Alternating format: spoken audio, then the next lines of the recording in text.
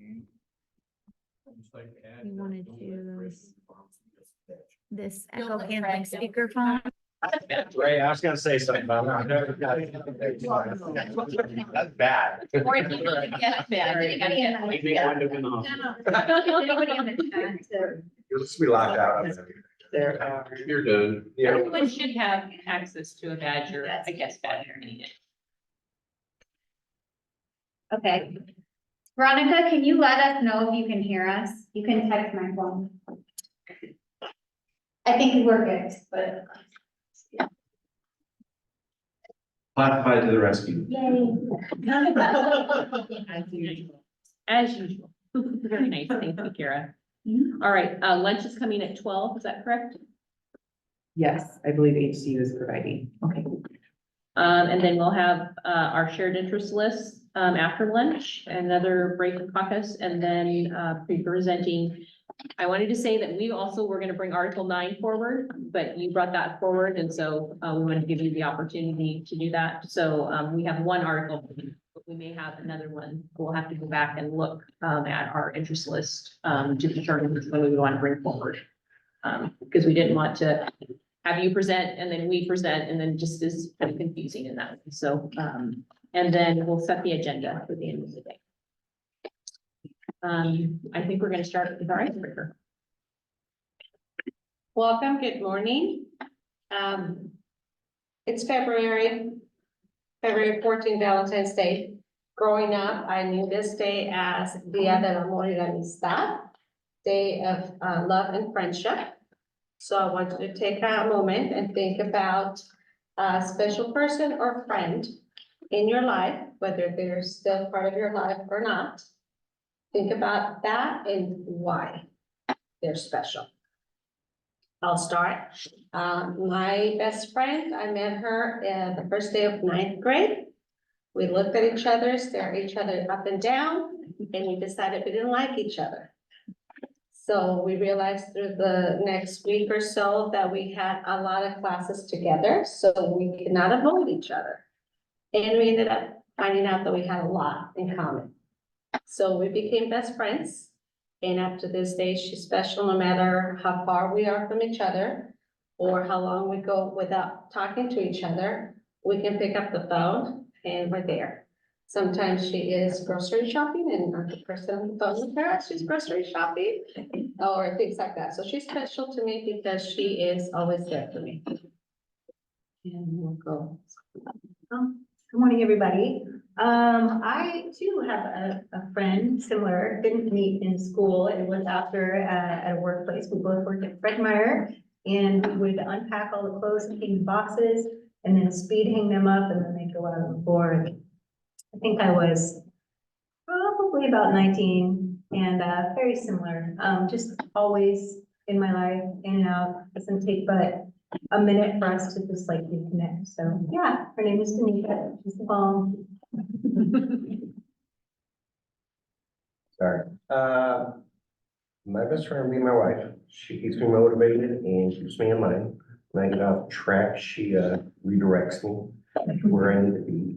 And yeah, always there for me. I'm crying. Like this.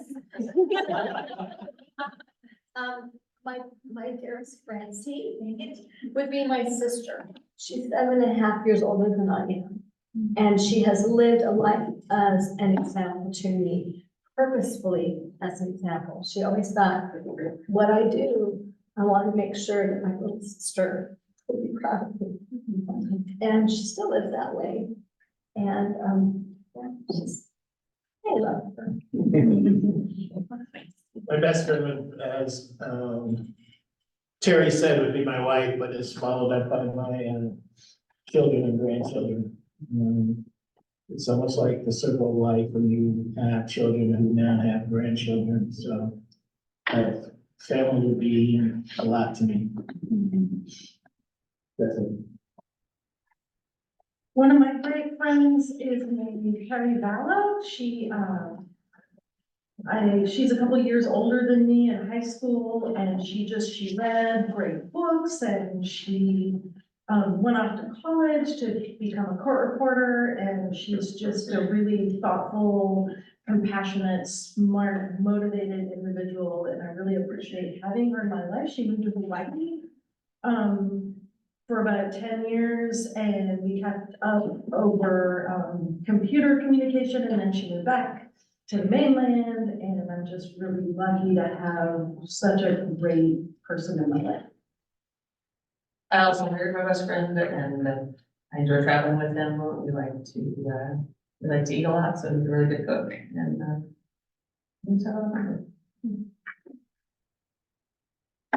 When you spoke, Marta, I thought of my grandpa Martel, Armand Damien Martel, French Canadian, and he was such a supporter of me.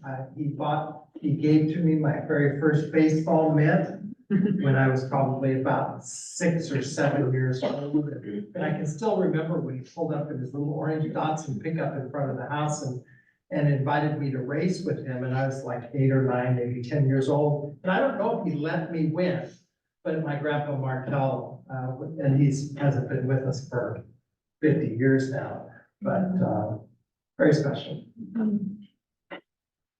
So, my best friend, Margaret, try not to cry also, if I want to, is my husband, Scott.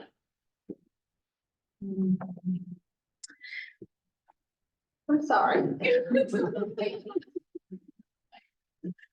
We've been together 28 years and, have experienced a lot of life's highest highs and lowest lows.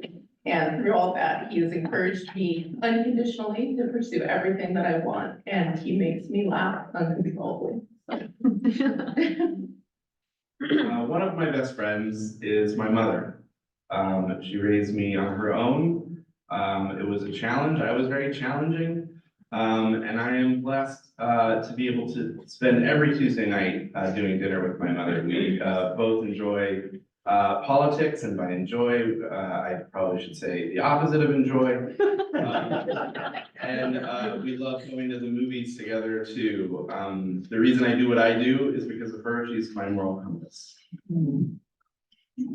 My original longest best friend would be my cousin Caitlin. She and I are 6 months apart in age, and we have done everything together for our entire lives. And she has a great memory, so she'll tell all these like wild stories from our childhood of like, here, remember that time you told me to do this? And it's all the, crazy stuff that I suggested and she followed. So she gets me in trouble, or I get her in trouble, but yeah, that would be mine. My best friends are my husband and my kids, and my oldest is a senior this year going to college, so I feel like it's just a really bittersweet season of like soaking up all those together moments, and I think they're very aware of it too, so we all kind of tear up a lot, like this might be the last time we all get together and do this, like in this way. And I just have to say they're super supportive of our bargaining right now too, when they asked to buy t-shirts so they could support us. I'm wearing them at high school right now, which I think is awesome, so they inspire me. Well, like Kira, I'm going to reference a cousin. We're 1 year apart and kind of grew up together. And no matter how far apart we moved, we didn't need that warming up period. But if we were together for the summer, we were ready to go. And one summer we even got run over by a jet ski at the same time. So we went like yarn together. If you want to see my Harry Potter light, come on over. But and she has the terrible memory of that event because it knocked her memory out of her head for a month. So but she was like, why are there all these rocks and water? Like, or where are we? Like, what lake is this?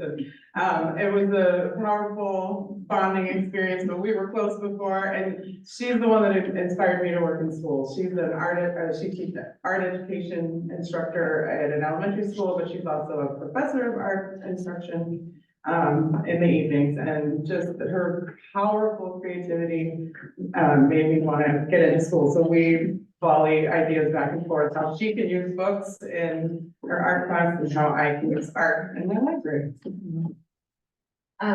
Well, my best friends would be, of course, my husband, who I have known since 1997. So 27 years we've known each other, married for 22. Very supportive. And fantastic. And then also my children. I have two girls, I have a junior. My oldest has ASD. So she always reminds me, hey, mom, calm down. So it's like, okay, then if I, overreact on something, then she's gonna overreact. So she reminds me to keep my cool, like chill, mom. And then I have a 13-year-old who always keeps me on the loop on what's cool and what's not. She's always like, oh, mom, no. So she keeps me young and I love that. So it's great having them in my life. One of my best friends that I had for years was my teaching partner when I was in the classroom. She and I taught fourth grade together. And she get me in all sorts of trouble. We would do crazy things, and I think my principal would thought, oh my gosh, those two, I gotta separate those two every year, but she never did. But one memory I have of the two of us, we ran the school carnival. And one year she said, okay, we have to go after school and we have to go with these balloons for the carnival. So we can give out to all the classrooms. Now, you know, we are a school of 1,500 kids. So we had like, I don't know, 50 classrooms. And we had 50 balloons. We put them in her little tiny Toyota Corolla. And we get in the car and she starts driving up, can you even see? And she's like, no, can you? I'm like, no. So we were like, literally, we separated the balloons. And she said, I'm gonna open up the sunroof a little bit. Well, she forgot that when she hit the button, it just all the balloons went out. We pulled over, we were laughing so hard. And I just saw her in December.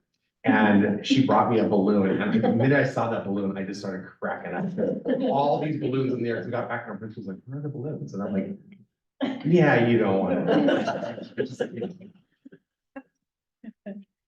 So my good friend Maria, I met her my freshman year at Oregon State, my first class at Oregon State, and we are so similar in so many ways, but very different. I'm very introverted, and she is the total opposite. So all the crazy things that I did at Oregon State was because of her, and I continue to do because of her. She just pulls me out of my shell on so many occasions. So I really look up to her in so many ways. Had a lot of great friends throughout my life, a lot of great influences. But I have to say my wife is the number one person I want to spend all my time with. We laugh, we joke, we do everything together. She's very handy, so it's like having a partner there. I remember when we were first engaged, we were living together. I came home from work and she was laying underneath the sink. She had a pillow, she had big gloves, and she was replacing the faucet. And I said, she's a keeper.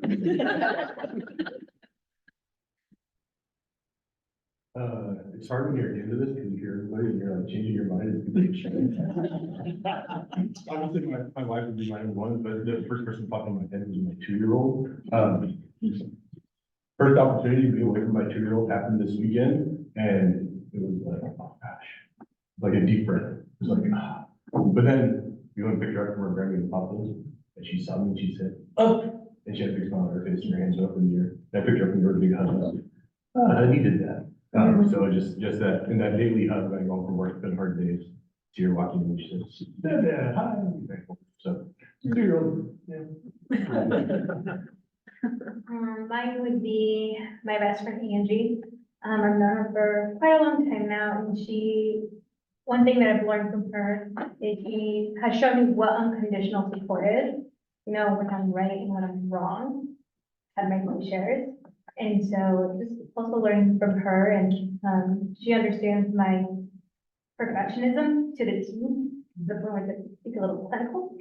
And so, you know, having someone who also understands you at that level is important.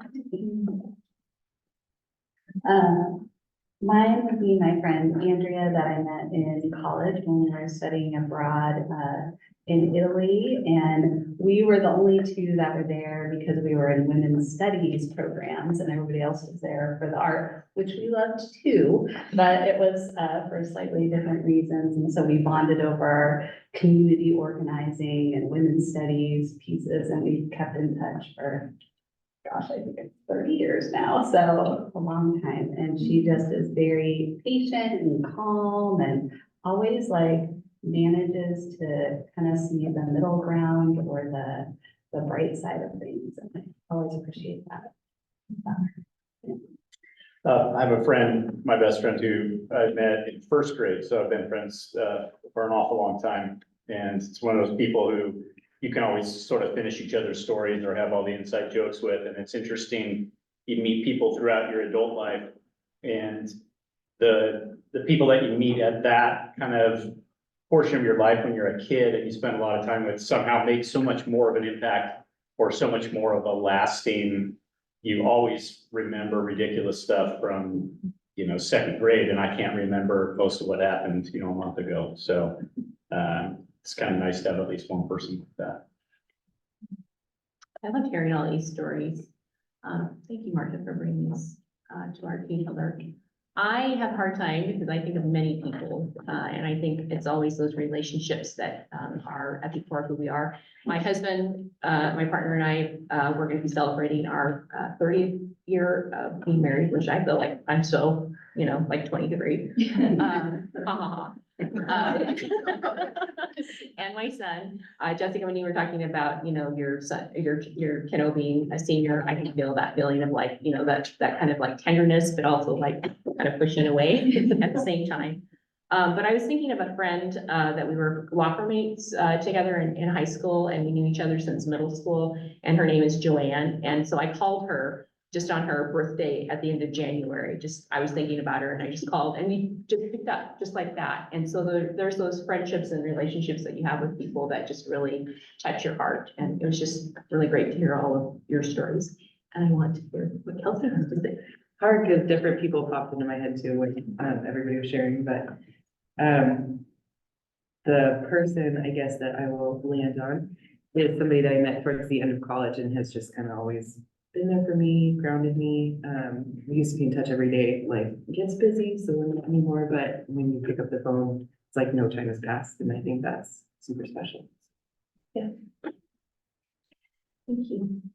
All right, well, let's dig into ground rules. Has those in class.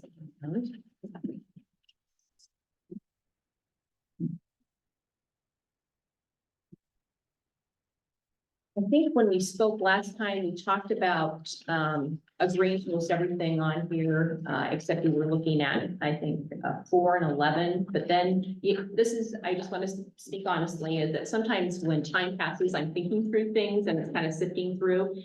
And we were thinking about, I think it's number 16.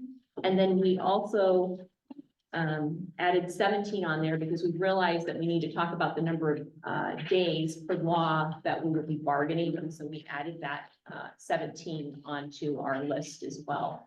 So I think we just added some adjustments here. And I know it's like looking at what we presented, looking at what you had presented. And now this is kind of like, I call the third iteration of what we've created collaboratively and collectively together.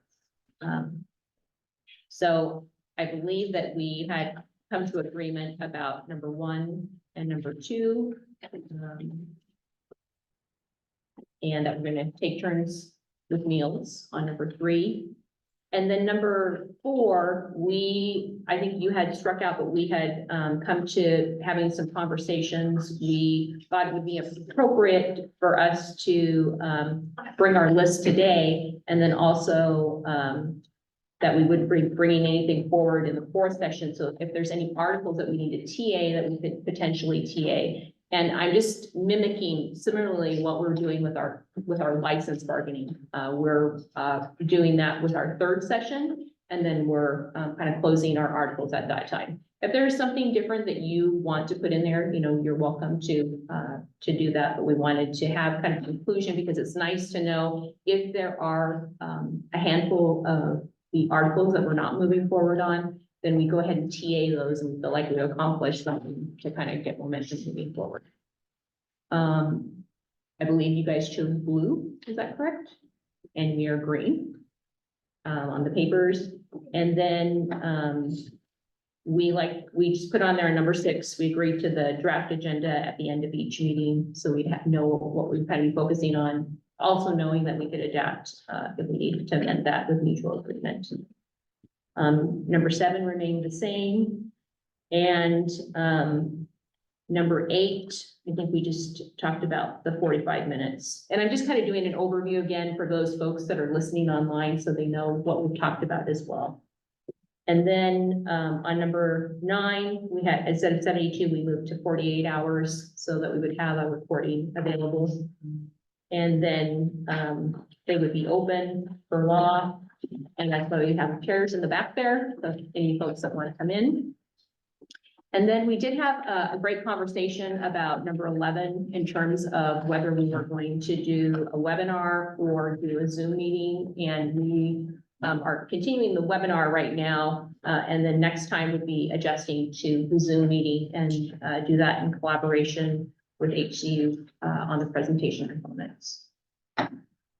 And then meetings will start on time and be extended or adjourned with mutual agreement. Technology etiquette, we'll be keeping our own minutes. We'll be providing bargaining sessions the morning after the bargaining sessions conclude. And then number 16 was the one where we went back and looked at again, and we looked at the contract too, and what it said about bargaining prep time and bargaining negotiation time. And so we were trying to kind of utilize the language from the contract and what we were hoping from this place in terms of what we've also done historically in splitting the cost of substitutes. And then members would be, who are part of the bargaining team would be in pay status during their work hours. And then we added this piece around the 150 days. You'll notice that you'll see a little chicken scratch there because I add an ing on there. It should just be begin. So we agreed that the 150 days of bargaining under the law begin on our last session, January 30th, 2024. And just, if I could just say something about that. Because we're not starting bargaining with a mutual exchange of proposals, that's what the law would contemplate to start our 150 days. So we won't know when our 150 days started unless we agree on a certain date. So whether it's January 30th or whether it's today's date, just, we've not gotten to a point collectively where we've utilized mediation in bargaining. We've always been able to settle, and oftentimes we've bargained beyond 150 days. But just having that marker there so it's not something to disagree about or not know about later, you know. So again, whether that's the 30th or today's date, because we don't have that mutual exchange of proposals, it felt like we needed to resolve that, so we had it on record. Not indicating that we think we'll need it, or just, again, wanting to be efficient. Thanks. And to go along with that, in good faith, the parties will find time as needed to continue progress in bargaining. So I feel like we've always had that, trying to make that progress, and there becomes a point where we will start making traction and moving forward, and hopefully, you know, closing out bargaining so that we can celebrate those collaborative efforts together. So those are the changes that we made, and I just wanted to make note of that, just given those folks that I just wanted to open it up. If there was anyone else that wanted to add anything to share from our team, or if there were any questions from your team. Question?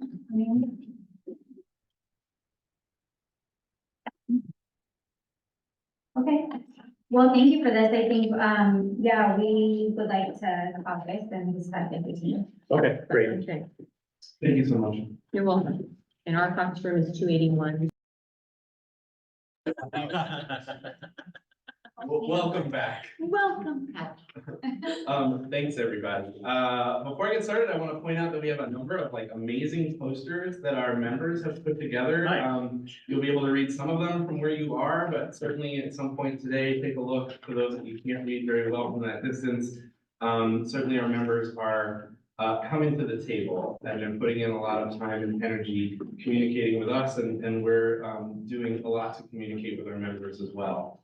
I want to start before talking about our ground rules counter proposal and saying thank you for your counter proposal. We did notice that obviously you accepted a lot of what we were proposing, and we really appreciate that. We really want to get to an agreement on ground rules with you today. And so in our counter proposal, and I can walk through each of the pieces, but essentially from a summary view, we're accepting almost everything that was in your counter proposal. We want to talk about number 4 and 16, and 16 is specifically where we have made changes. I know that you're all going and looking at it right now, but I do want to say that in number 4, we really, this limitation of the 4th session was something that we really grappled with in our conversations. It was really challenging for us.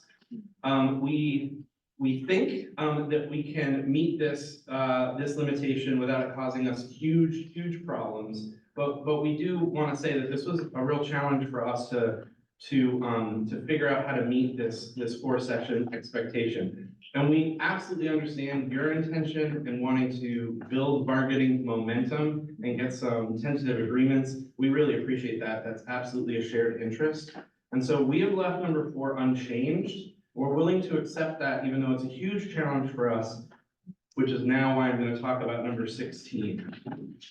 We absolutely want to come to this table being fully prepared and able to bargain with your team. We want to be able to have the preparation time to do that without it being economically burdensome for us to do. Here's how our proposal reads now on 16. Members of the bargaining team will be in employer-paid status for a maximum of 1 day per week for the purpose of bargaining sessions and planning. Parties will split the cost of substitutes for bargaining team members. So we're agreeing that we're willing to split the cost of substitutes with you. We have a couple of issues around payment for bargaining sessions. One of which is that we've got people who aren't on, this is not paid time for them, but we want to make sure that they have the kind of paid time so that they don't go back to work tired, which I think is a shared interest. And some of us are going to be on kind of differing schedules. So what we kind of want to say is like, it's 1 day a week. We'll be in bargaining sessions. It's a paid day. For those who this time is not paid time, they will take a day off their calendar that week somewhere else, and this will then be that paid day. We do not intend to do prep for more than 1 day per week and only on weeks when we're not in bargaining sessions with you. And we put the word maximum in here because sometimes we won't even use that much. Sometimes we'll do half-day prep sessions. Certainly when we get into the summer, we're not going to be doing a lot of prep probably at all, and we can have that discussion when we get there. In light of number 4 and your desire to have us pay for half of subs, we feel like we really wanted to craft a counter to you that we think you will find acceptable so we can get an agreement today. In review of the contract, we do understand that it is in the contract that we pay for prep, but it is not in the contract that we pay for subs. And we do feel like that is kind of your business, whether or not our bargaining members have subs at all and to pay for them. Having said that, we're willing to split the cost of subs with you, but we do want 1 day a week for our full team to get paid so we can do this work and come into these sessions fully prepared. So we're not calling huge caucuses that are really prep sessions. We want our caucuses to be caucuses. We hope you understand and thank you. Can I ask a question on 16? So the contract would have that time come out of the 1,000 hours. What's the issue with that? Are you guys worried about using those 1,000 hours getting used up? Are they already getting used up on other things, or what? We are worried about that 1,000 hours getting used up. And we also do think that it's in line with the law and the current additions from House Bill 2016 to PECFA, that at least some amount of bargaining prep be paid for by the employer.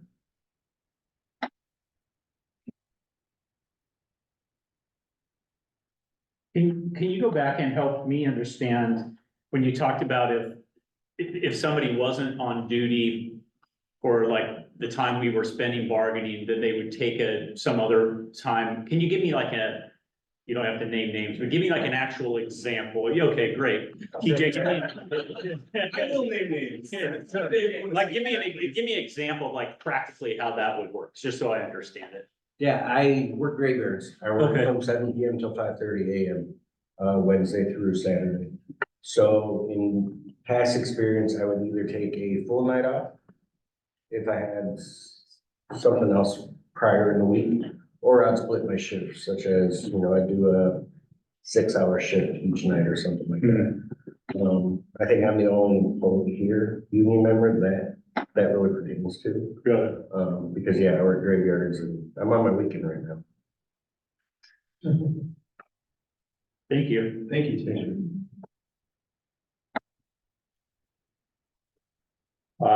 Those are the questions I have. Anybody on any other questions? That was my same question, so thank you.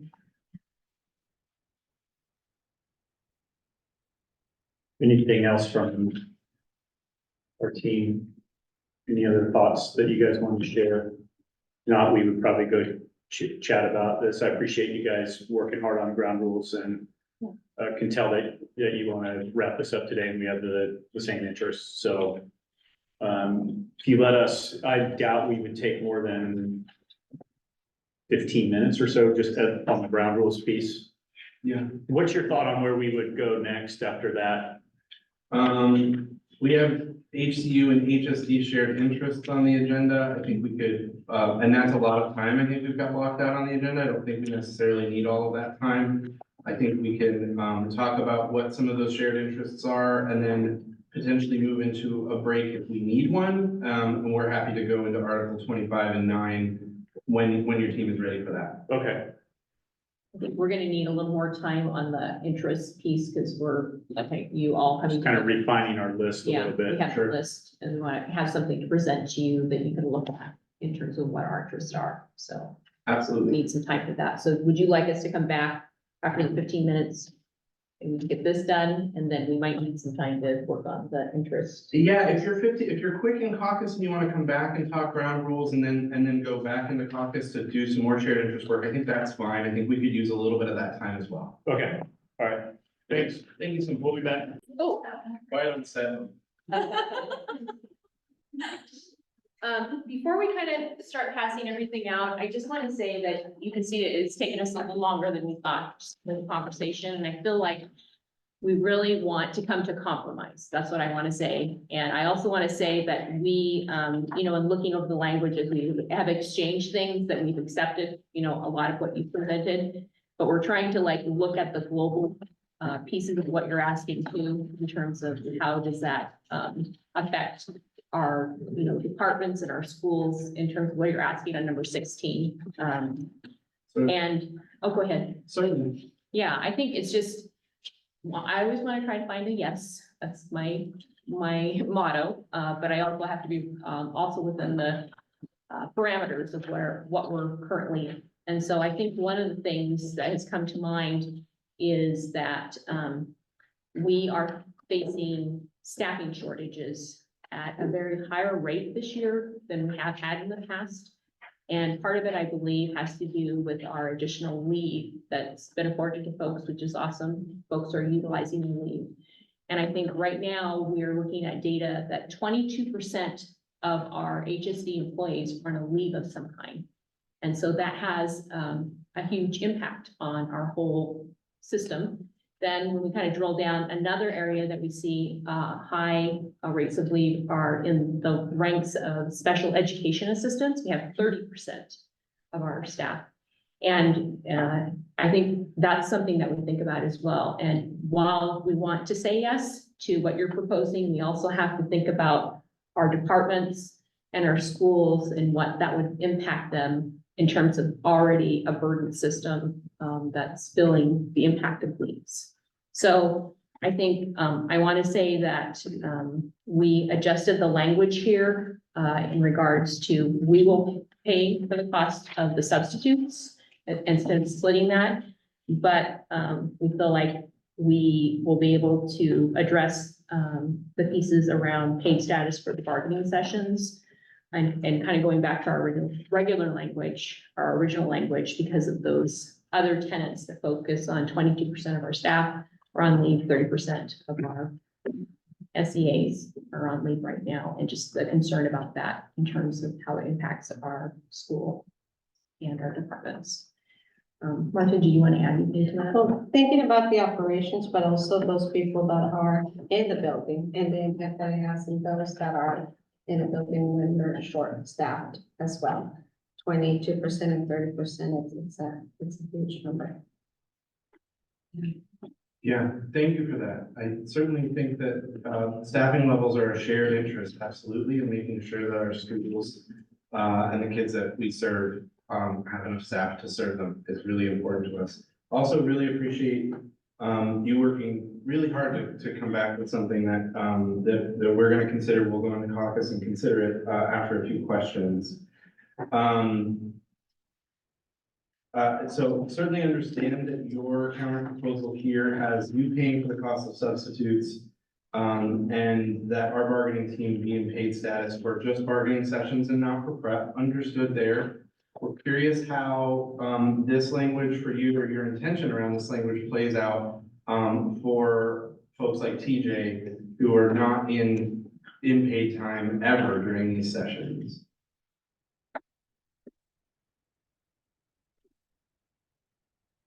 Or just the bargaining session time itself.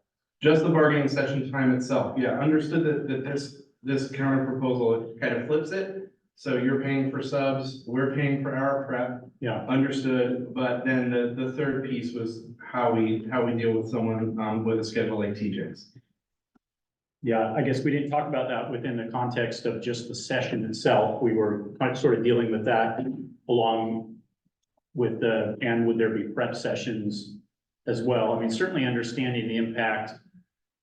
You said this was your weekend, so understanding how that, also knowing that I think maybe Ray said TJ was a department of two. And so it's clearly an operational impact as well that we're trying to juggle. I'd have to object to that one because when one of us takes the night off, there's nobody that can cover us. We don't have subs. We have one sub that works for us, for the district already. So we can't just use like ESS or anything like that because of our certifications and our managers. So as far as operational issues, it's kind of a normal thing for us over the past 7 years. So Yeah, they don't sub behind you. So if you're not there. Right. That nobody's there. Right. Yeah. Yeah, I mean, that would be the concern. I mean, I don't know if there are any other suggestions of how to address that. You know, you've got just TJ who's here, who's not, these aren't regular work hours. So I don't know if there are other creative ideas that would get at how to help accommodate that. I mean, I would float this before we go into caucus just so that we have some kind of understanding of where both teams are so we can come to an agreement more quickly. What if we proposed a full day of employer paid status for every bargaining session day? That would then cover TJ. As a prep? Not prep. Bargaining sessions like this, anybody, any one of our team, and our intention, both teams' intention is to do a full day of bargaining session. That everyone on our team get a full day that's employer paid for these bargaining sessions, which would mean that TJ would get a full paid day. If we went late to 6:30, that would not matter. Right. It would still be a full paid day, but it would just be for the bargaining sessions, not the prep. Because he's not in paid status right now. Exactly. Yes. Would that affect overtime? If you're doing your full schedule? No, And then they would most likely say, you know, like I do a lot of times, I'll work from 7 PM to 1 AM, 2 nights a week. That way someone's still coverage, like our no closes and stuff, and then I'll split that and take 4 hours off each shift or something like that. I've done lots of comp time, working, and like I said, we had one sub, but, not during the school year, really, so there would be no overtime involved. It was our original intention with the proposal with the 1 day, thinking that it would not be an overtimeable situation. Right. It would be 1 paid day and then minus 1 day that all of our team would have on the schedule, including TJ. So we would work with the supervisor to either take 1 day off his normal schedule or a half day on one side and a half day on the other kind of thing. Well, that's what I'm trying to think if there are ways to lessen the impact of TJ being gone on that day, if there are ways to construct that or split it out or something like that, that lessened impact. I don't know enough about your job to know, like, if there are certain points in that shift where it's even, more critical for you to be there than other times in that. And shift. that's what, like you said, a lot of times I work from 7 to 1 AM, because from 7 to 1 AM is our busiest times. We have building alarms, we have places not being armed, so that's our busiest time. So even if I have 7 hours of comp time, I'll still only use those certain amount of hours, because I know there's gonna be no closes and issues that arise before 1 AM. Because after 1 AM, nobody's in the buildings. They're not supposed to be free. If they are, then I gotta deal with it. Non-call supervisor, I appreciate that. That's right. I appreciate you staying. I try thinking about you, Ray. It's a lot of calls, a lot of diagnosis. I sit there and I say, what would Ray do? Stay to watch, right? Yeah, Ray, what would you do? Do the same. I would like to talk about that real quick with our group. Yeah, absolutely. Why don't we go into break? Okay. And then both teams can kind of caucus, and if you want to just shoot us some information about where you're at with Yeah, that, we can do that. that can inform what we might come back to you with. Okay. Eventually. All right, we'll do that. Thank you so much. Yeah, thanks. Okay, recording started. Oh, no, wait.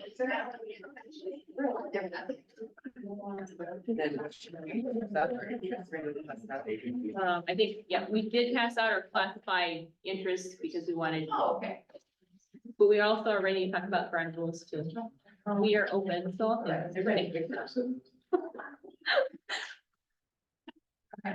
Everyone is doing a great job. Patient, very patient today.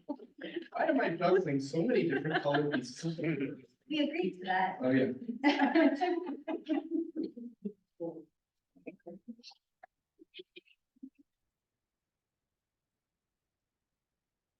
Hi, welcome back. Thank you. And thank you. First, I just want to say thank you so much this has been some back and forth on ground rules. It's been somewhat lively. We really appreciate it. We appreciate the shared interests you've brought to these discussions, and the collaborative nature that you've worked with us on this. So we're coming back to you with what we hope and believe will be our final that we can tentatively agree to for ground rules. In 16, we've changed this language to say, members of the bargaining team will be in employer paid status for 1 day of their regular contract hours for each bargaining session. The district will pay the cost of substitutes for HCU bargaining team members.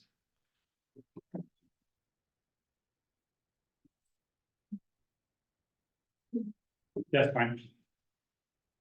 That's great. Yeah. Hey, round of applause.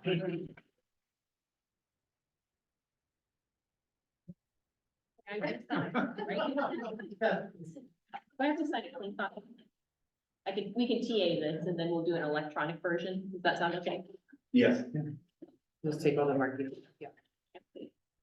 I'm so excited right now.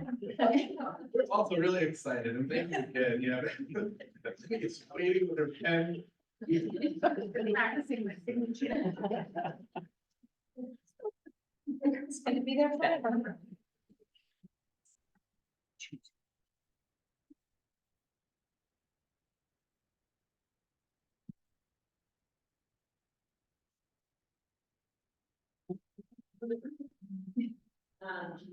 I'll give back the walls and then she'll clean it up and we'll have a clean copy to sign electronically. Yes. At this point, if you want to go through your interests, if you can get it out. Yeah, great. Yeah, I'm gonna let Connor kick it off. You'll probably hear from different of us as we walk through.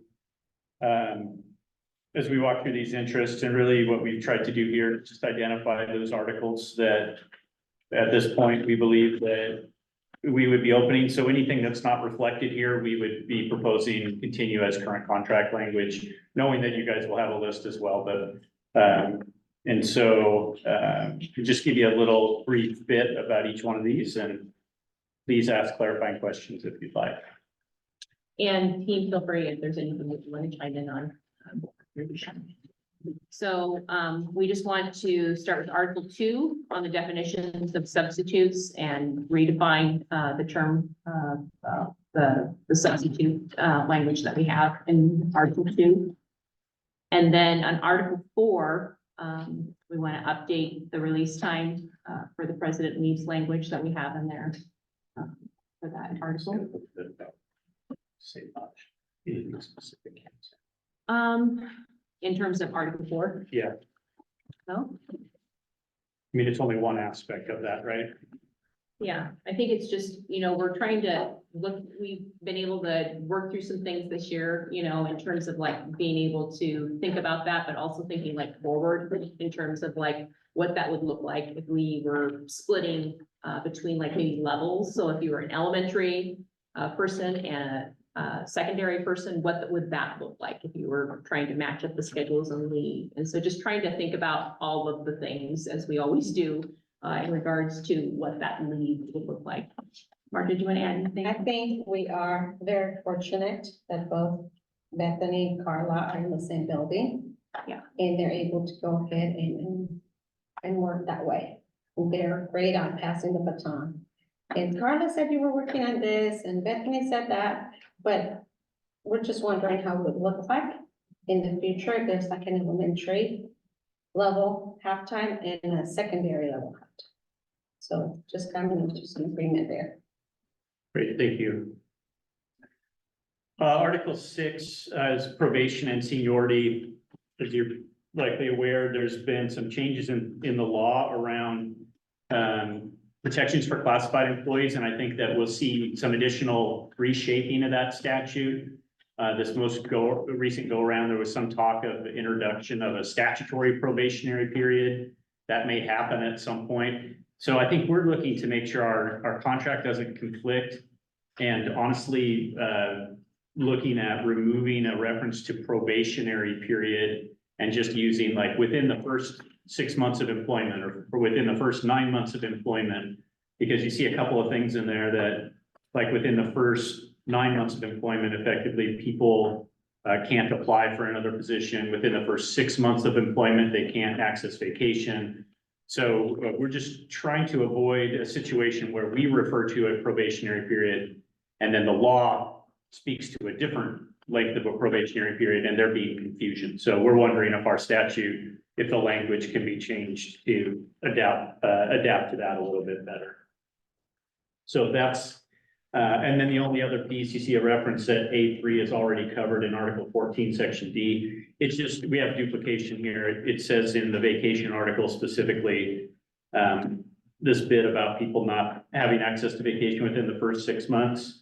So does it need to be in both places? That would be more of a cleanup than anything. Okay, moving on to Article 8. I think I'm passing it back to Yeah, Mark, did you want to take this one? Yes, Article 8, employment status, positions, vacancies, and announcement. We're thinking about Section B, shortening the amount of posting is up. Instead of 5 days, we're just going to do 3 days. That will make us more compatible with other districts and people that are interviewing, if they don't end up going somewhere else because they hear sooner. If we have somebody that is interviewing in multiple districts, and then they hear sooner because we have to wait the 5 days versus 3 days. And that's also our posting period for licensed, correct, Kelsey, 3 days? That's our shortest that we can do, yeah. Yeah, so it helps our system wise, it helps where we have that agreement between our contracts. I don't know if any of the admin wanted to talk about what that looks like. Oftentimes we lose classified staff who applying when it's a 5-day posting. A 3-day would make us more competitive and we can get quality people in quicker. Especially if we're looking for bilingual staff, which are really hard to find, or special education staff. They're really hard, and probably about education. They're really hard. And I don't think I've seen a difference between like posting it for 3 days compared to 5 days or a week and a half. Usually when someone's looking for a job, they'll apply right away. I don't see a huge difference. in applicants and things. Yeah, agreed. And then, you know, oftentimes, you know, people that are looking for jobs are looking at multiple districts. You know, their application here, application Forest Grove, application Beaverton. And if we're the last ones to do the paperwork, it usually go with somebody else. Thank you. Under the section C2, filling of vacancies, is just reviewing that language and, having the current information request, is a challenge to provide. And part of this has to do with, working with our applications team. They are trying to get that information and making sure that we're following all of the House bill rules around what is needed. But I feel like sometimes, like, they, in feedback with us, they've had some challenges, and so we've been trying to kind of work through that. And I don't know if you want to add anything, Martha. I think that's, yeah, it's very hard for them and time consuming to get all the information. Great, thank you. Article 9, lunch and break periods. I think our overall theme on this article is going to be making sure we're compliant with wage and hour law. We have some language right now that we don't think is necessarily in agreement with wage and hour law. So we'd like to comply with the law. We would love it if we would do that. Yeah. But I think we are going to be looking for some clarifications also in here. It's an area where it will help informationally for supervisors and employees. Like, we have issues with people wanting to combine up rest periods and lunch periods and do it at the end of the day so they can leave earlier. And those things are not usually legally compliant.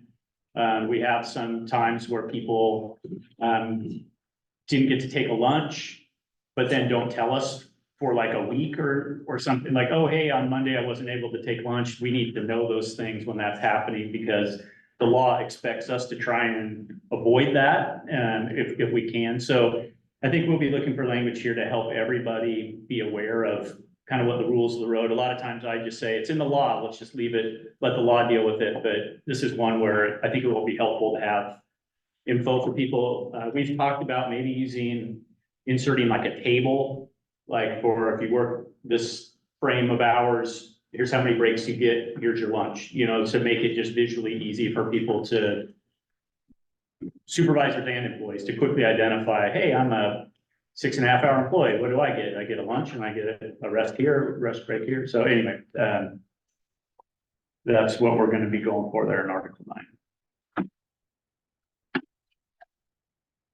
And Article 10 for compensation, we always open that one under the salary schedule, salary placement. We want, Michelle shared, I think it was in our first session, that we are doing a salary study and we want to be competitive in nature. And we're comparing to districts that we did the salary study. We did, I think it was 2019-20 with our HCU colleagues. And so we want to kind of be able to bring that forward, and we want to be a destination district for people to choose to work. And I do see your sign there that says, you know, like, you want people to stay, and we want that same thing. And I think with the bilingual stipend, we have really been grateful to add that stipend to our contract. But we want to add language that allows us to prorate the stipend based on the assessment approval date and remaining days in the employee's contract. We've had, I would say, everyone is doing what needs to be done around there, but we've had a few select situations where someone is leaving us and then they want to complete their bilingual assessment and get their compensation as they're exiting our district. And we want that to be a recruitment and retention stipend.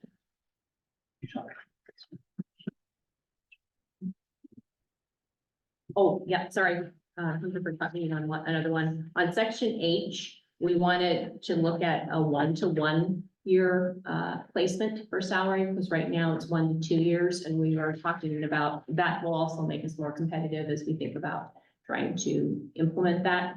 And one thing that we're also thinking about is the equity pay law that we have to have and address. And also, so there's going to be not just, you know, And we would have to pick a date where we would implement that, and that would be at the start of this contract. Moving forward, we would also have to look at other mitigating factors to make sure that we're addressing equity pay components as well.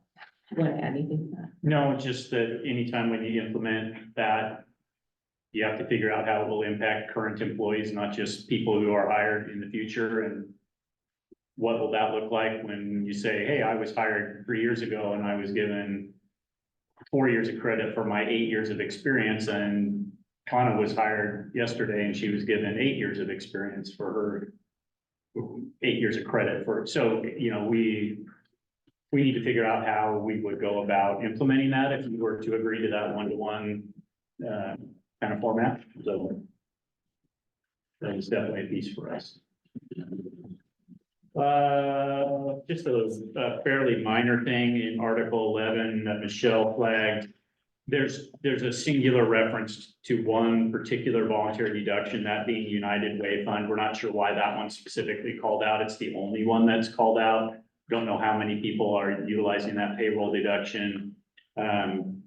So right now, you know, we have other avenues for people to do deductions, but that's the only one called out as far as a charitable organization or a nonprofit. So does it make sense to keep it? Does it make sense to add a more general category? Does it make sense to just delete it? I don't know, but we just had questions about why that was the only one that's called out there.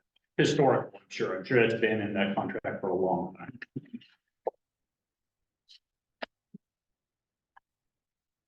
Article 12 on insurance. We know that we'll need to update the district contribution in section A. At least at this point in time, we didn't see structural changes that we needed to make to the way that we operate insurance. But we know that this article will need to be opened.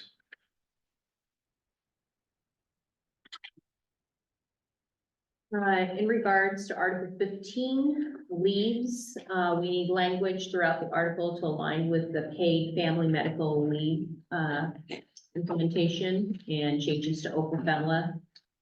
And then in section N, we want to make sure that we're updating the sick leave donation to reflect paid family leave. There's language in N, you can read it, that says until such time as paid family leave is available, the sick leave donation will operate in a certain way. And obviously now paid family leave is available. So this was a time-bound provision we bargained last time. Transportation, I normally would have Carol speak about this, but sadly she's not here today. She had a family situation that she's attending to. So we want to address section B on trips. And I know we've had a lot of conversation back and forth over the years. I think one of the things that I think about is language that we've inherited, and how does that apply to what we're doing, you know, today. And I think one of the things that we're in a great place, we're in a better place now than we were, you know, even 3 years ago in regards to the number of bus drivers that we've hired. And we've always wanted to afford our bus drivers the opportunity to take the lead on any of those extra trips, because we feel it's valuable when we have our current staff members connecting with students, making those supports for them to go on those trips, whether it's a field trip or an athletic activities trip.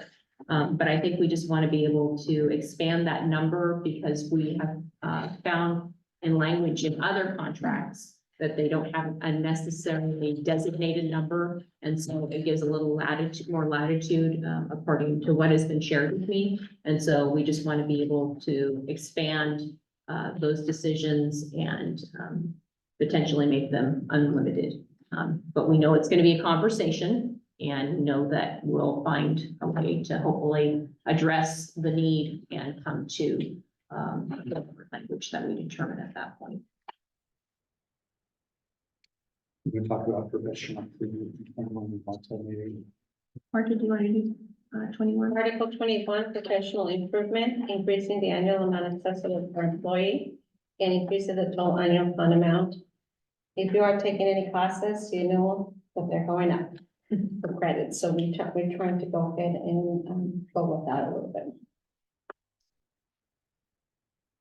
Article 24, our grievance procedure, we just identified one area where it's A5 and there's a reference to the statute and it's not accurate anymore. So again, looking always to be in compliance with the law. Otherwise, we really didn't note anything structurally that needed to be fixed in the grievance process, unless you may have suggestions, I don't know, but we didn't catch anything. Yeah, Article 25, we had some discussions because recently we had an emergency inclement weather closure and just trying to understand what the language is currently and how we're applying that. And so I think we just want to get a stronger definition around essential workers and just what that looks like for a district closure, which includes schools, departments, and our programs that are connected to that. Martha, I don't know if you want to add anything to that. Okay. And then our last one is miscellaneous, which has to do with our monies. And so one of the things that Michelle brought up was just having the receipts and mileage turned in within 30 days. Some folks are waiting till the end of the year, which sometimes can be a challenge as you're trying to make sure that you're taking care of all of those pieces that are connected to her department and any other components that are connected to that. Michelle, do you want to add anything to that? No, you nailed it. Thank you. Yes. Article 26 covers mileage, so I might suggest that you might open Article 26 for that. Maybe it belongs there. Michelle, are there any other areas where receipt turning in may be a good place for it? Basically. Any questions? I'm sure we will along the way.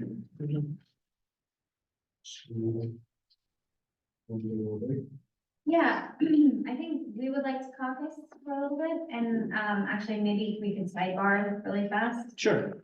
Before that. Sure. Yeah, let's maybe plan to come back at 3:30, so we're back on schedule-ish. Okay, did you want to have a quick sidebar right now? Yeah, coming out of session, yeah. All right.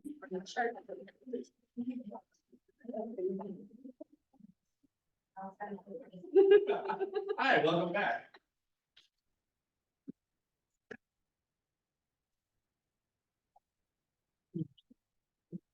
All right.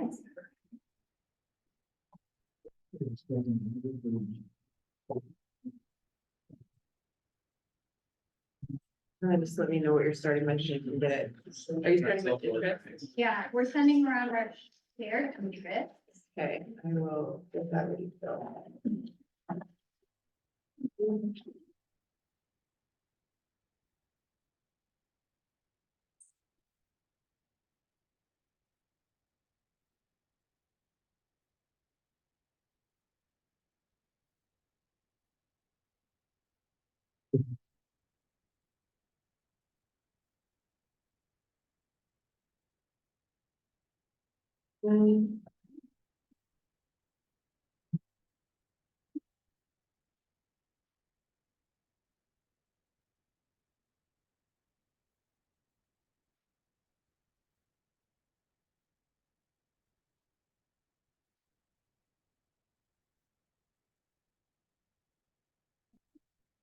Everybody have one? Yeah. So this is the list of articles that we're looking to open. As I mentioned, we don't have specific sections or clauses noted out here.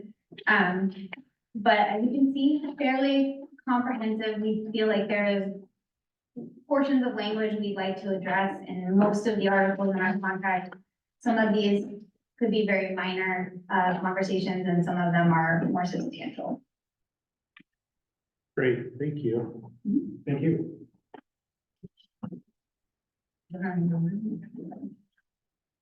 Which one do you want to do first? Okay, we're gonna do, our proposal on Article 9, before moving to 25. I think there's a lot of shared interests in Article 9, which is currently called lunch and break periods. You mentioned some of those interests, in your presentation on your shared interests. And so we hope that this is kind of a helpful starting point There are a few things, you mentioned when, presenting your shared interests that I don't think we did capture, but we're going to be happy to see, as we work on this collaboratively together. We'll wait for you guys to get the proposal.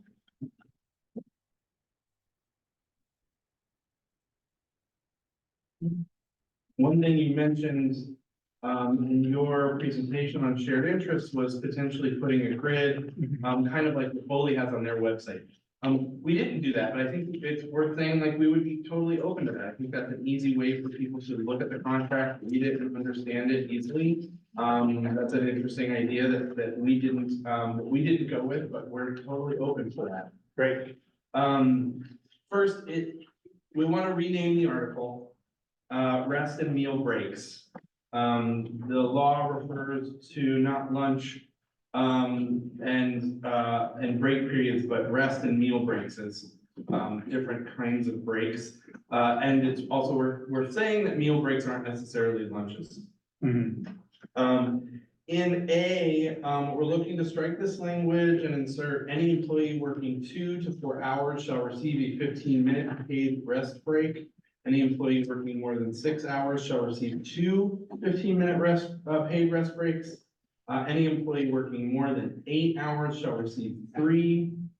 Any employee working more than 12 hours shall receive 4 15-minute paid rest breaks. This is in line with the grid that Foley has on their website. Other than that, the legally required breaks are 10 minutes and what we have in our contract is 15 minutes. Obviously, we'd like to keep our 15-minute breaks. As it is in the Foley guidelines, breaks shall be as close to the halfway point of the work period as is possible in collaboration with the immediate supervisor.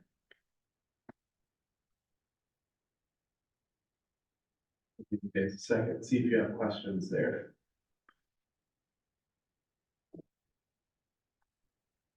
No, I don't have any questions. We were not gonna propose to go down to the 10-minute statutory break period, so that's not gonna be an issue. Great.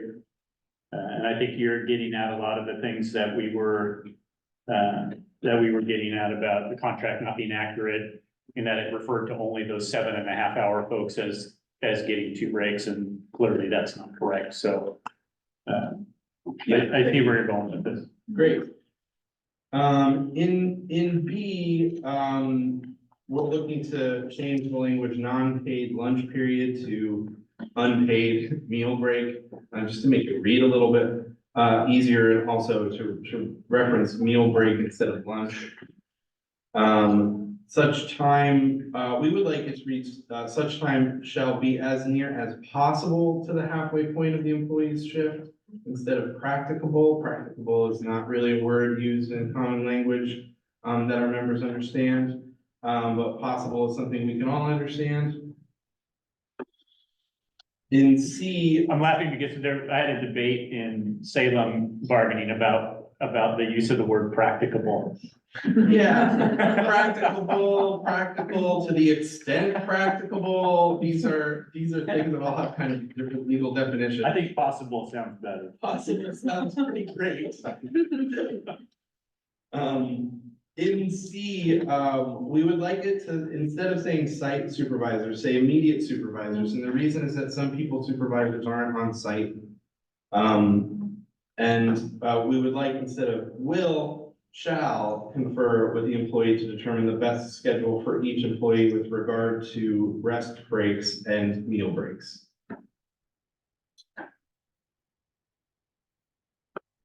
In D, we would like this to read, employees will consult with their immediate supervisor again, if they are unable to take scheduled rest breaks, and or meal breaks.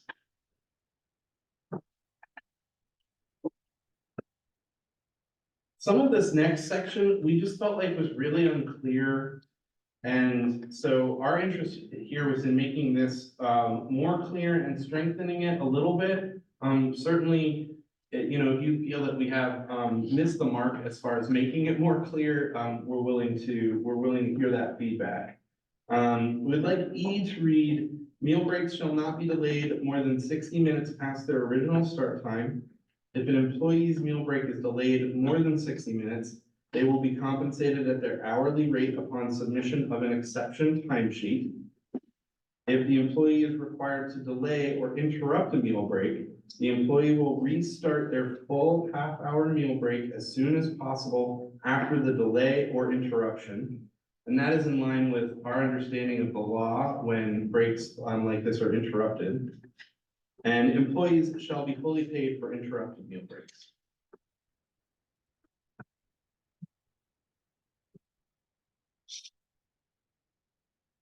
Okay. We're looking to strike F and G. And then we're proposing an addition to this article in G that also is in line with the law. Employees who need to express milk shall receive additional reasonable breaks and a private space to pump that is not a bathroom. Supervisors shall provide a private location where the employee can express milk.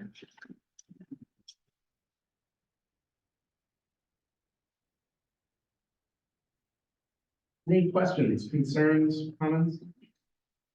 I don't. Any, Marcia, do you have anything? Can you give me an example? I can't think of it right now. C. You said that some employees don't have their set supervisor, their supervisors on site. Can you give me an example of a position? Technology services staff, they're supervisors here at the admin center and they're out in the buildings. So then the immediate supervisor will be who? That would be their immediate. Their supervisor. immediate, whoever's in Their there. biggest person, yeah. Okay. Thank you for that question. Other questions from Mr. No, not at this time, just taking some notes. Thank you.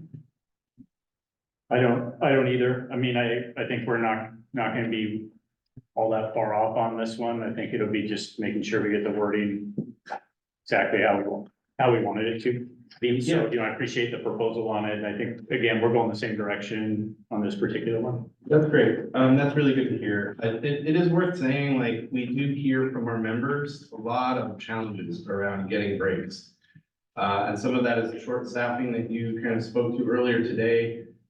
We are definitely concerned about short staffing and the ability for our members to take breaks. It's really important that they be able to and lawful. Yeah.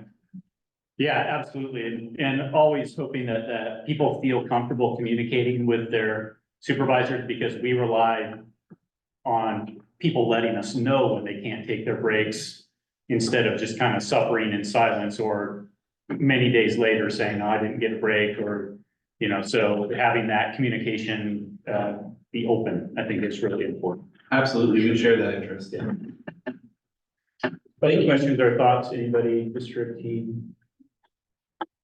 Okay, thank you for this. Absolutely. Thank you. We'll move to 25.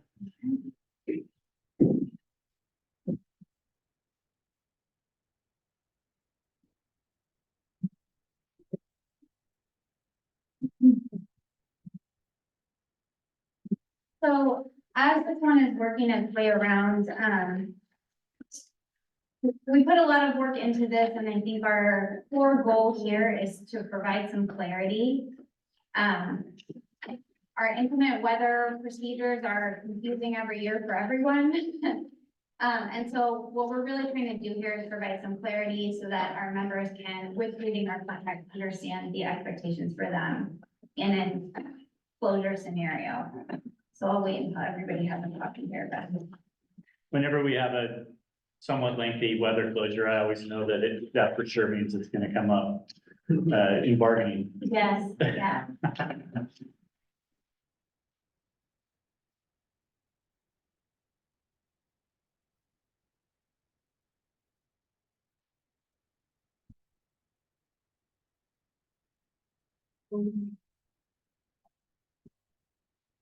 Everybody got a copy?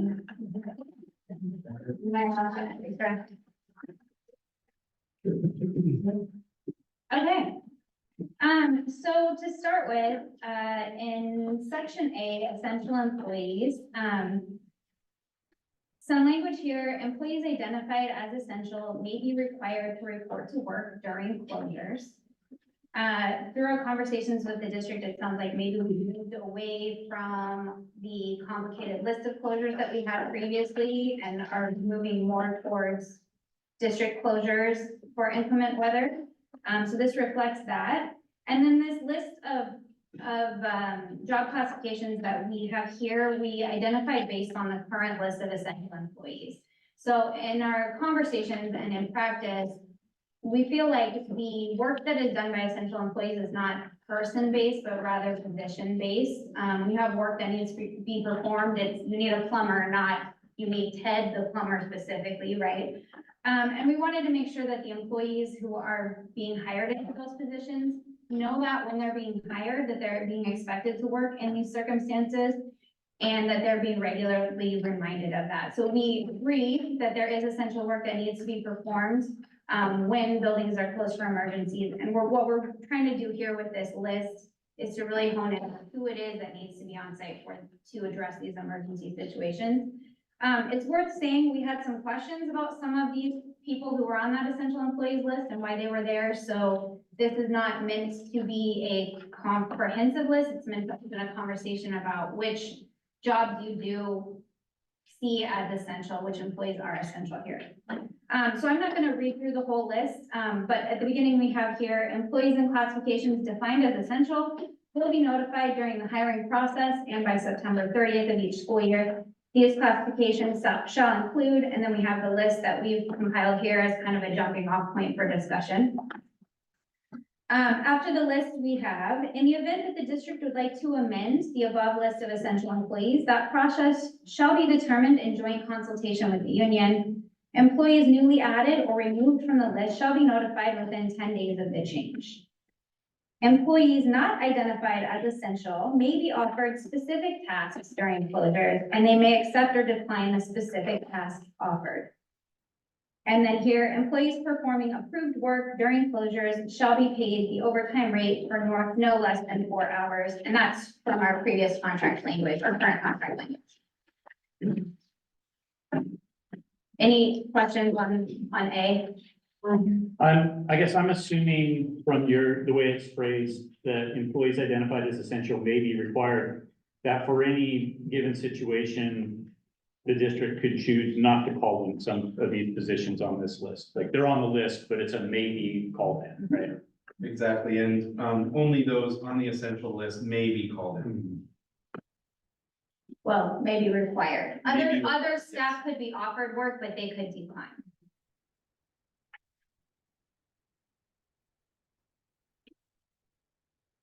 So in B, as you can see, there's a lot of this current contract language that we struck out. And the reason for that is we tried to really condense and clarify the language to what you see here in B. And in creating this language, we pulled contracts from our surrounding districts. And we compared the language that's in our contract with all of these surrounding districts. And what we noticed is that we have some language here in our contract that doesn't match up with any of our peers. So what we're trying to do here is kind of match the reporting guidelines from other local districts that we feel like are comparable, as well as with HCA, our sister union. So for B, we've changed the closures to just be emergency closure, which we feel like encompasses most of the scenarios, if not all of the scenarios that we'd be encountering. B1, we have, in the event of an individual site closure due to emergency circumstances, employees may be required to work their scheduled shift at another work site or remotely and will suffer no loss of pay or benefits. That's in line with our current contract language. The only change there being the school closure to an individual site closure, because we recognize there are sites that are not schools and we have employees working at those sites. For B2, whenever student attendance is not required due to a district-wide closure, employee attendance shall not be required and no loss of any pay or benefits will result. If an employee has a scheduled sick, personal, or vacation leave during a district-wide closure, that leave will be credited back to the employee. If makeup days are scheduled for students, employees will work these days without additional pay, so long as the total days do not exceed the number of closure days. Makeup days shall be scheduled and communicated to employees no later than March 1st of each year. And we have that language about a deadline of March 1st there, just to allow our employees time to plan. It can be really disconcerting to find out very late in the school year that you're gonna be required to work a lot of extra days. So, we'd like to have some, yeah. It's worth noting that this language in 2 was pulled from your HCA contract. And it would mean that there would be no, other than the scheduled days scheduled by March 1st, there would be no additional need for classified employees to do makeup days, which we do think would be a shared interest in that. I think we all deal with a lot of questions around like when am I gonna make up these days? How can I make up these days? It would be much more clear for folks with this language. So B3, in the event of an emergency, including but not limited to public health, environmental, or natural disaster, causing a site or district closure which might reasonably be expected to be 5 workdays or more, the district shall meet with the union within 48 hours of the closure announcement to address safety concerns for employees and negotiate the terms and conditions of any work during the closure. This language here is meant to replace what we had previously discussed on public health. It was F in our previous contract. And the reason for this simplification is we feel that there are other types of emergencies that could cause a closure, and we want to have clear language that we feel like addresses all of those potential closures. Any questions about B? But district folks, feel free to speak up if you have questions.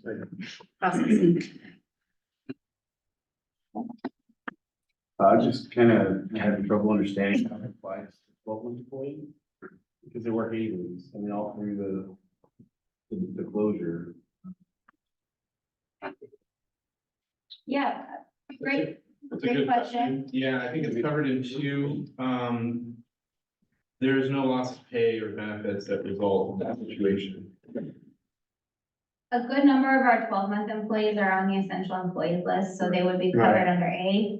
And those who aren't, I think if their school buildings aren't open and their work sites aren't open, they often don't have work to do. Okay. So. Yeah, it's always been something we've wrestled with because there's no such thing as a makeup day for a 12-month employee. They were gonna be working that day anyways, right?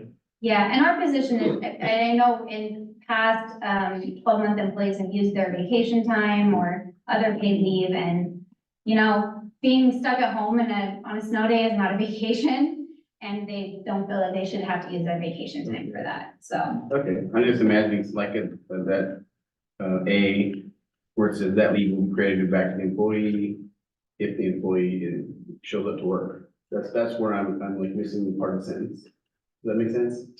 I mean, because if you're working, why would I give you back a credit? Oh, You know what I okay. mean? I do see your question Ray, there. which one are you looking at? 2A, B2A. Yeah, 2A. If an employee has a scheduled sick, personal, or vacation leave, that leave will be credited back to the employee. So if you're talking about an essential employee who had vacation leave, But comes to work. but then is required to work, Right, so if they work, then there would be no need to credit back to them and leave. I don't think, I mean, that wasn't the Yeah. intention of our language Right. here, but. Good but question. I that's a think good the question. intention is if they have previously scheduled sick, personal, or vacation time, it ends up being an emergency closure, inclement weather day, that they get that credited back. But it was not the intention that if they go and then work, that they get anything credited back, other than that they're going to get, overtime for a minimum call of 4 hours. Right, okay, that makes sense. Yeah, I mean, the only thing I would see on 2A is like, if we have somebody on like a 6-month medical leave or something, we typically would like then pay them for that. I mean, they weren't gonna be at work. They already knew they weren't gonna be at work, whether it was a weather closure. They had announced an intention. I will not be at work, you know what I mean? So I have some contracts that make that differentiation that if it's a long extended leave, we don't necessarily credit a day, but again, that's. And I think to address that, that's why we called out sick, personal, and Gotcha. vacation specifically. Well, I want to say that someone could use their sick leave for like open family. Yeah, they could have a long Yeah, chunk of for a sick long leave chunk built up. of time.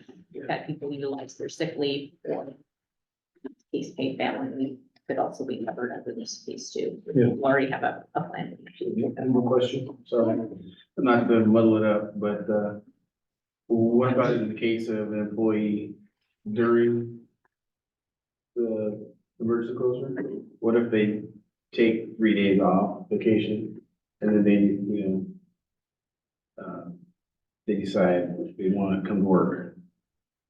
An essential employee? Right. Okay. Or Wouldn't they just be canceling their vacation? they would feel like afterwards, they've taken the time, but instead they feel like they should have been afforded a different opportunity. Am I making sense? I'm not sure I understand the question. So you're asking, what if someone has vacation, or previously scheduled, there's a district closure, and then they decide they want to work that day? Right, so during the closure, say the closure starts today,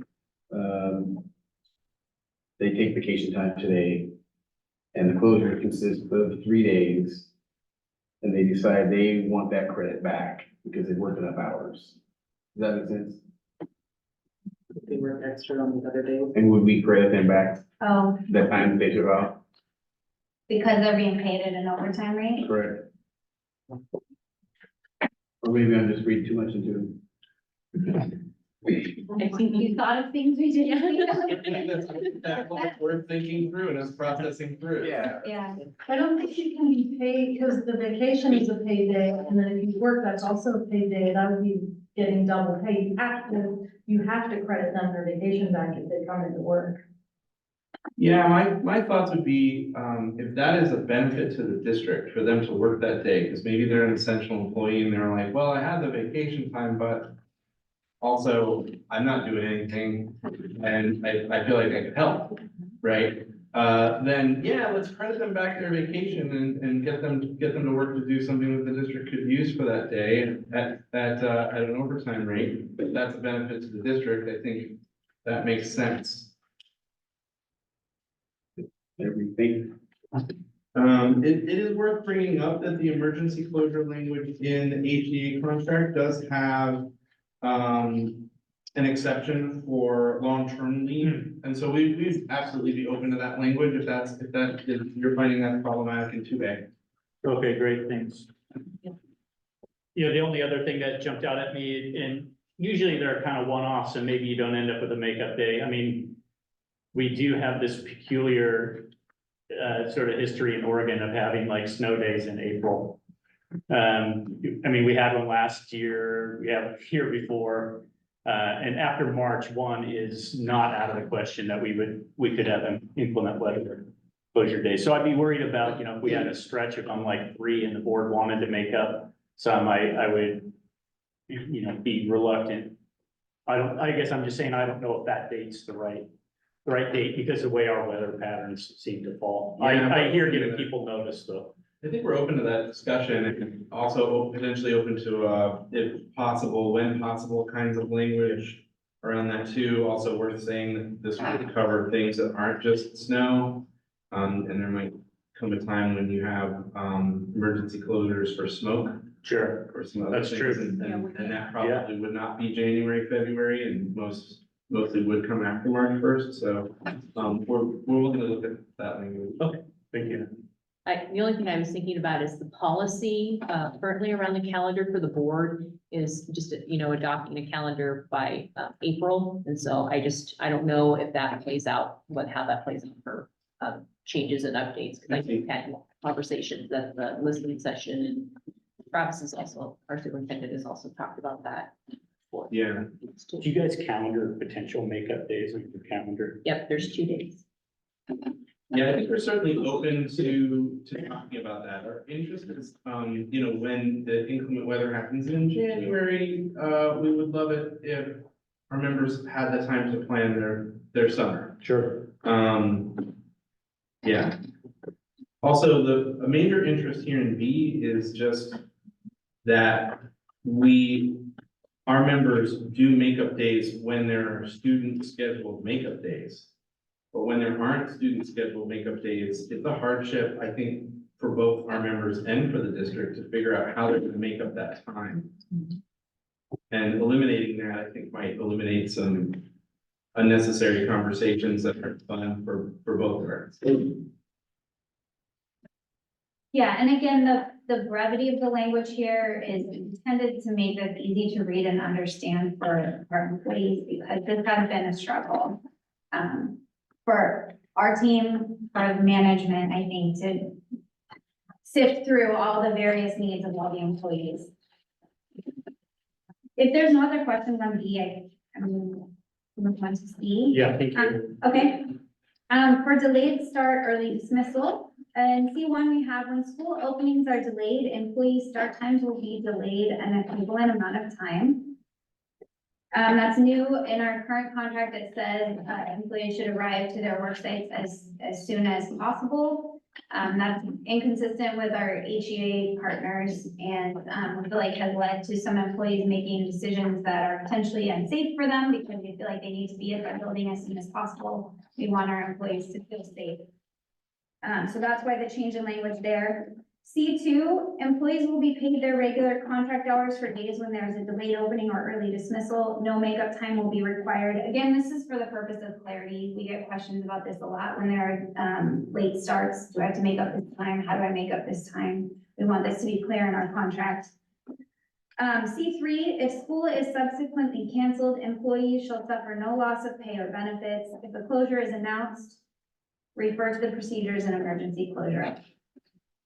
And the rest of this here is our current contract language, which we left in, but struck out.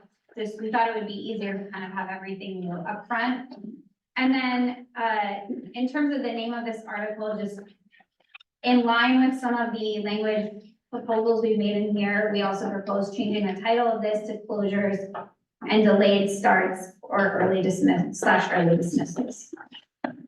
Is the same group of essential employees, folks who could be directed to report at a different earlier time on a delayed start, or stay, early dismissal?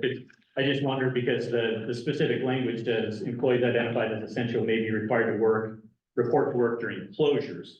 But it seems like if you had a delayed start, you probably had like facilities and other people here making sure the sidewalks were clear, and so they wouldn't necessarily be reporting at a later time than their normal reporting time.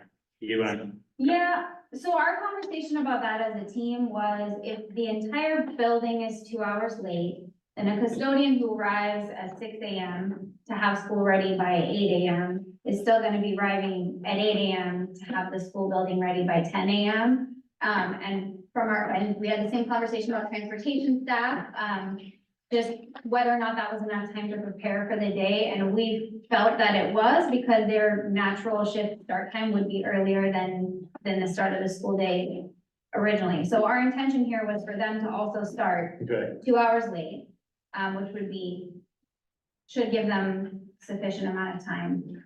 I mean, they're doing more to get ready for that day than they are on a typical day, possibly. You know what I mean? If there's weather to take. I mean, I think we all have an interest in that building being as safe as possible for people to arrive to. So yeah, that'd be something we want to talk about. Yeah, I think we're open to, if you've got some interest there, I think they probably are shared. Questions from district folks? Ray, do you have any other questions in particular? No, that's something to talk about, yeah. Thank you. Thank you for that. Absolutely. I think that's all we have for you today. Okay. Thank you so much for a very productive day. We really appreciate it. Again, the collaborative effort you put in, we very much appreciate. Thank you. Yeah, we do as well. So thank you. We don't have our articles ready to share anything because we were working on the ground rules and our list for you. So one of the things I was thinking is that we'd like to also take time to make sure that we're prepped for the next meeting. We did also some discussion in our last caucus regarding that. We'll always like to end the meetings or thereof. I don't know if you guys want to caucus or anything like that and then come back and talk about our agenda. I think that we're probably able to go into agenda prep with you now without a caucus. We would like to open the floor for David, who has some comments, for both teams. Would you like to do that now? Absolutely. So this is a thank you to the district team. And for those of you that are unaware, I started bargaining with district teams back in 2011. And so I've worked with many of your predecessors and I'm very grateful for that work. This thank you relates to your etiquette around the table with regard to the use of electronics. And that is, I think this year, I especially was struck by feeling very seen and very heard when we're presenting and all of your eyes are listening and watching. I think in years past, there was times when sometimes some of the district team members might have been on the computer throughout one of our presentations and that didn't. And so we appreciate your efforts, your choice on your part to help us feel seen and heard, known and valued, and it's empowering. So thank you very much. Yeah, great. Thank you for that. I think it's very important for us that we have a collaborative approach to the process. And I mean, I think we definitely feel it from your team as well. So appreciate the relationship and I know what you mean. And over the years on the bargaining and some of the technology, I think we've made a kind of a concerted effort to make sure we're fully present, and you guys obviously do too. So thanks, we appreciate that. I promise this was to support the process. Some amount of this is. You weren't shocked. This was all bargaining related. And Kelsey, you did a nice job today. Thank you. Yeah, thanks. And thank you for Happy to get to work with you. Thank you, David. Appreciate your words. So next time we're meeting on a board day. So if we will be bargaining from 9 to 3. So what we were talking about is that we wanted to bring forward right now, I'm thinking, Article 2, 6, 8, and potentially 9 in regards to in a response to what you've shared. We may need some more time to kind of decide if we want to add anything else to that. But we also thought it would be critical to have Beth Brazier, our communications officer, share a presentation that she did at the with our board regarding the state level budgeting components that she's been working through and she has a very deep knowledge of. And so we thought she would come and present, and then you would have a question. If you had any questions, you could ask her any questions. It would be the same presentation that she had and shared with our school board earlier this year. And then we also thought we could work, maybe have her do some sharing of that, and then we could work on our exchange of articles, and then also have Michelle come and talk about the Hillsborough School District budget and kind of that, because she's working through those phases as a part of that time. So I can think of maybe that would probably encompass maybe 2 hours altogether. I'm thinking an hour, an hour for Beth and maybe an hour for Michelle of our 6 hours time. So kind of that's what I was initially thinking, including our discussions. Including questions. Yeah, including questions within that hour of time. So maybe like with Beth, she's going to be presenting to our licensed union coming up. And so we're scheduling an hour, so about 40 minutes to share and 20 minutes to ask questions. Great. I think all of those topics sound excellent for the agenda. I think it would be our hope that we're able to present on as many as 2 articles at the next session, though we are not certain that they will be. Okay. And we'd love to continue the team building opportunities that we started from the first session. I think just getting to know each other is really important, to know who we are as humans as we come to this space together. And so I don't know if anyone on your team would be interested in maybe facilitating the team building next time, if you want to, we want to extend that invitation to you as well. Thank you. I think we have some ideas. We can discuss it. I would love to alternate between the crying and the laughing. Right, done. Yeah, we'll discuss that and see if we have something to get back to you. Thank you. That sounds great. Well, thank you for a great. Yeah, meeting. thank you. Appreciate all the conversations and sharing. So we'll go ahead and stop there. Excellent. All right. We'll let you